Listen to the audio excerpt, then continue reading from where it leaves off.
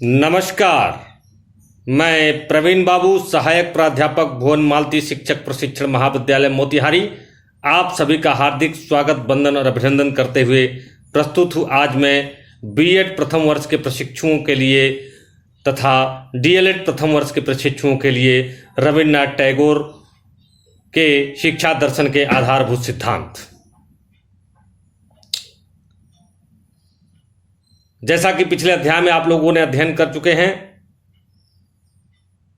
कि रविन्द्रनाथ टैगोर का जीवन दर्शन एवं शिक्षा दर्शन, आज हम आधारभूत सिद्धांत के बारे में चर्चा करेंगे।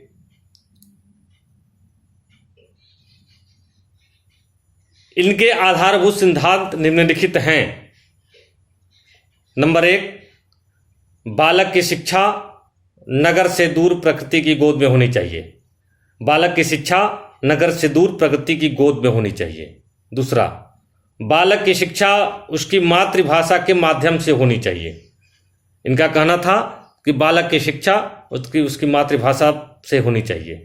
तीसरा, शिक्षा प्राप्त करते समय बालक को स्वतंत्रता प्राप्त होनी चाहिए। शिक्षा प्राप्त करते समय बालक को स्वतंत्रता प्राप्त होना चाहिए। चौथा, बालक की रचनात्मक प्रवृत्ति के विकास के लिए उसे आत्मदर्शन के अवसर दिए जाने चाहिए। बालक की रचनात्मक प्रवृत्ति के विकास के लिए उसे आत्मदर्शन के अवसर दिए जाने चाहिए।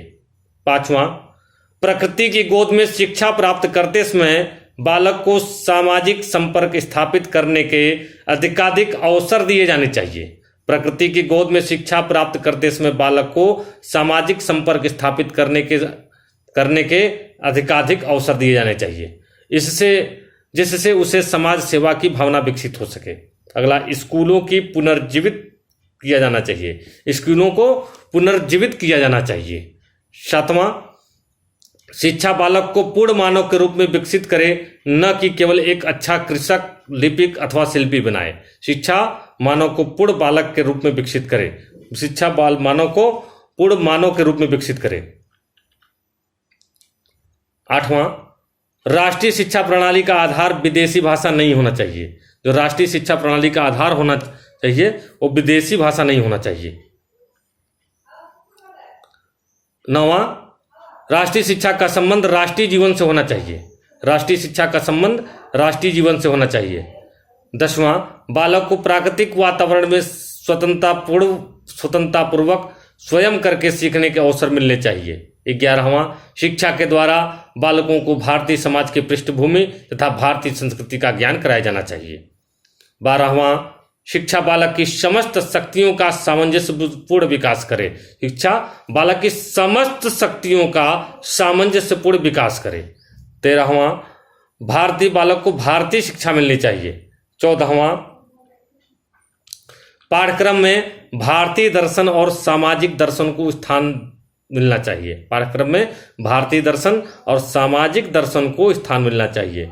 15वां, बालक को पाठ्य पुस्तकों द्वारा ज्ञान अर्जन के लिए बाध्य न किया जाए, अपितु उसे प्रत्यक्ष स्रोतों से ज्ञान प्राप्त करने के अवसर प्रदान किए जाने चाहिए।